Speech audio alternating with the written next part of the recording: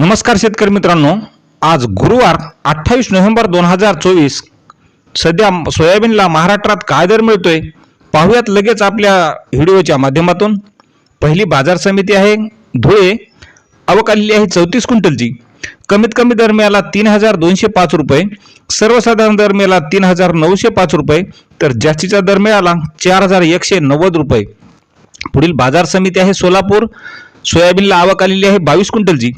कमीत कमी दर मिळाला 4000 रुपये, सर्वसाधारण दर मिळाला 4000 रुपये, तर जास्तीत जास्त दर मिळाला 4230 रुपये. पुढील बाजार समिती अमरावती. आवक आलेली आहे 7377 क्विंटलची.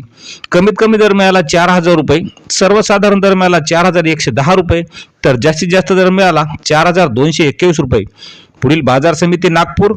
आवक आहे 449 क्विंटलची.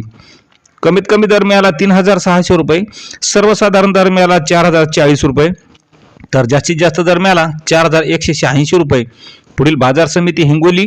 आवक आलेली आहे 1080 क्विंटलची. कमीत कमी दर मिळाला 4050 रुपये, सर्वसाधारण दर मिळाला 4247 रुपये, तर जास्तीत जास्त दर मिळाला 4445 रुपये.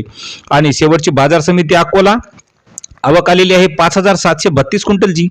कमीत कमी दर मिळाला 3600 रुपये, सर्वसाधारण दर मिळाला 4225 रुपये, तर जास्तीत जास्त दर मिळाला 4420 रुपये. शेतकरी मित्रांनो, असेच शेतमाल बाजारभाव पाहण्यासाठी चॅनलला सबस्क्राईब करा. धन्यवाद.